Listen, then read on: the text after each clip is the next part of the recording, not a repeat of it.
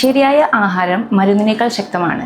So ആരോഗ്യം വീണ്ടെടുക്കാൻ നമ്മൾ ആദ്യം ചെയ്യേണ്ടത് നല്ല ആഹാരങ്ങൾ നമ്മുടെ ജീവിതത്തിൽ ഉൾപ്പെടുത്തുക എന്നുള്ളതാണ്.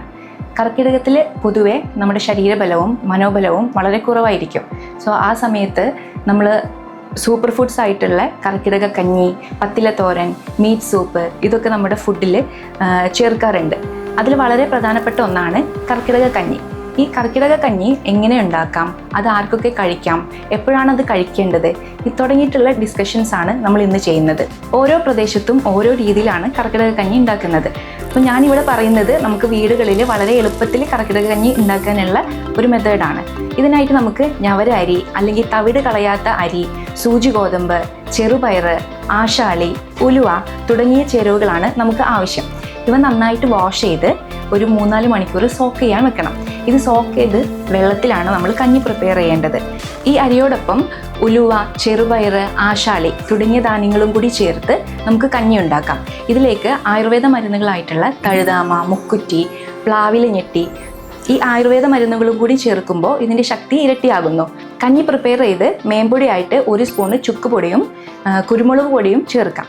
കുട്ടികൾക്കൊക്കെ കൊടുക്കുമ്പോൾ നമുക്ക് വേണമെങ്കിൽ തേങ്ങാപ്പാലിലോ അല്ലെങ്കിൽ ശർക്കരയിലോ ഇത് ഉണ്ടാക്കി കൊടുക്കാവുന്നതാണ്. എപ്പോഴാണ് നമ്മൾ ഈ കഞ്ഞി കഴിക്കേണ്ടത്? രാവിലെയോ രാത്രിയിലോ ആ സമയത്ത് ഭക്ഷണത്തിന് പകരമായിട്ട് നമുക്ക് കർക്കിടക കഞ്ഞി ഉപയോഗിക്കാവുന്നതാണ്. ഉച്ച സമയങ്ങളിൽ കർക്കിടക കഞ്ഞി കഴിക്കാതിരിക്കുന്നതാണ് നല്ലത്. രാത്രി ഈ കഞ്ഞി കഴിച്ചതിന് ശേഷം വേറെയുള്ള ഭക്ഷണങ്ങൾ കഴിക്കുന്നത് ഒഴിവാക്കുകയും ചെയ്യണം. അപ്പോൾ ആ സമയത്ത് നമ്മൾ ഉറങ്ങി എഴുന്നേൽക്കുമ്പോഴേക്കും വിശപ്പൊക്കെ ശരിയായി നമ്മുടെ ദഹനശക്തി ഇമ്പ്രൂവ് ചെയ്യാൻ ഈ കഞ്ഞി ഹെൽപ്പ് ചെയ്യും. കർക്കിടക കഞ്ഞിനെ കുറിച്ച് സംസാരിക്കുമ്പോൾ അടുത്ത് വരുന്നൊരു ഡൗട്ടാണ്, ഇത് എല്ലാ പ്രായത്തിലുള്ളവർക്കും കഴിക്കാൻ പറ്റുമോ എന്നുള്ളത്. 7 വയസ്സ് മുതൽ പ്രായമുള്ള എല്ലാവർക്കും ഇത് ഉപയോഗിക്കാവുന്നതാണ്.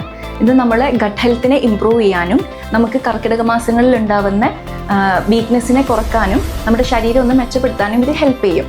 ഗർഭിണികൾക്ക് കർക്കിടക കഞ്ഞി ഉപയോഗിക്കാവോ എന്ന് ചോദിക്കാറുണ്ട്. ഫസ്റ്റ് ട്രൈംസ്റ്ററിൽ, അതായത് ആദ്യത്തെ 3 മാസങ്ങളിൽ പ്രഗ്നൻ്റ് ആയ ലേഡീസിന് കുറച്ച് സിംറ്റംസ് കാണാറുണ്ട്. ഛർദ്ദിക്കാൻ വരാ അല്ലെങ്കിൽ മനം പുരട്ടൽ അങ്ങനത്തെ ബുദ്ധിമുട്ടുകൾ കണ്ടുവരാറുണ്ട്. അവരിൽ ഇത് ഒഴിവാക്കുന്നത് നല്ലതായിരിക്കും.